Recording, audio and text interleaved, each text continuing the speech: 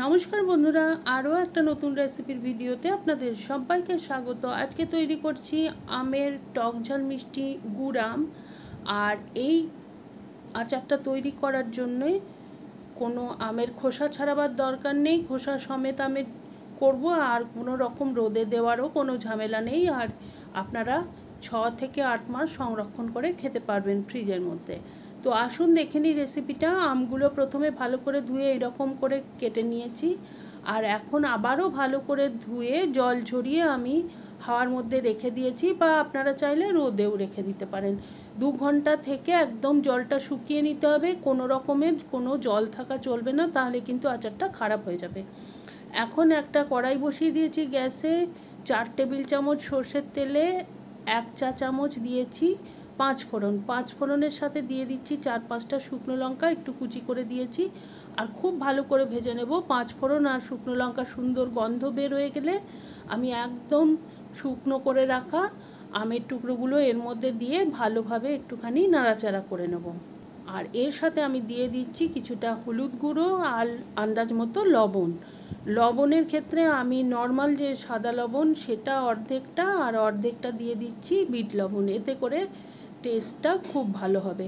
আর লবণ দিলে কিন্তু আমটা খুব তাড়াতাড়ি নরমও হয়ে যাবে। তো আমি খুব ভালো করে নাড়াচাড়া করে আমের সাথে লবণটা মিশিয়ে নিচ্ছি। আর তারপরে আমি দিয়ে দেবো 1 চা চামচ কাশ্মীরি লঙ্কার গুঁড়ো। এতে করে আচারের কালারটা খুব সুন্দর আসবে। আপনাদের যদি পছন্দ না হয় তাহলে কাশ্মীরি লঙ্কাটা স্কিপ করতে পারেন। আর এখন দেখুন আমের খোসাগুলোর কালারটা চেঞ্জ হয়ে গেছে। তো আমি দিয়ে দিচ্ছি চিনি।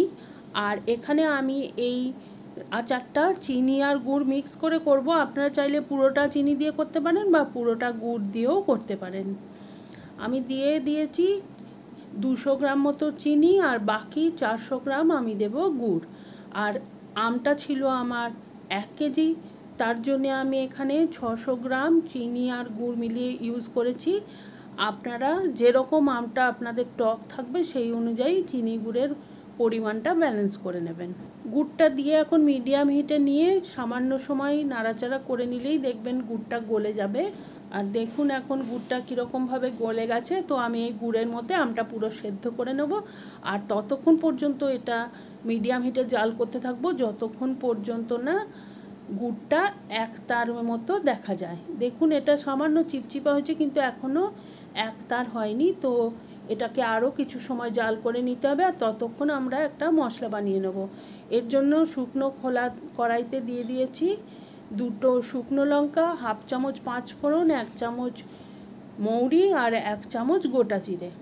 ভালোভাবে ড্রাই রোস্ট করে নেব ততক্ষণ পর্যন্ত যতক্ষণ না একটা হালকা কালার চলে আসছে। তারপরে গ্যাস অফ করে দেবো। আর ঠান্ডা হলে এটাকে গুঁড়ো করে নেব।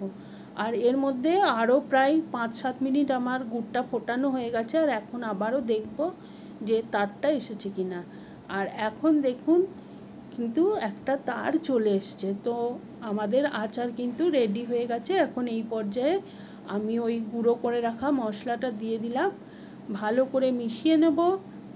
আর ভালো করে মেশানো পর্যন্ত এখন আঁচটা কিন্তু লো করা আছে। আর খুব ভালোভাবে মেশানো হয়ে গেলে আমি আঁচটাকে বন্ধ করে দেবো। আর এখন এটা কড়াইতেই থাকবে, ঠান্ডা হলে আপনাদেরকে দেখাচ্ছি। ঠান্ডা হলে দেখুন এটা কিন্তু আরও খানিকটা ঘন হয়ে গেছে।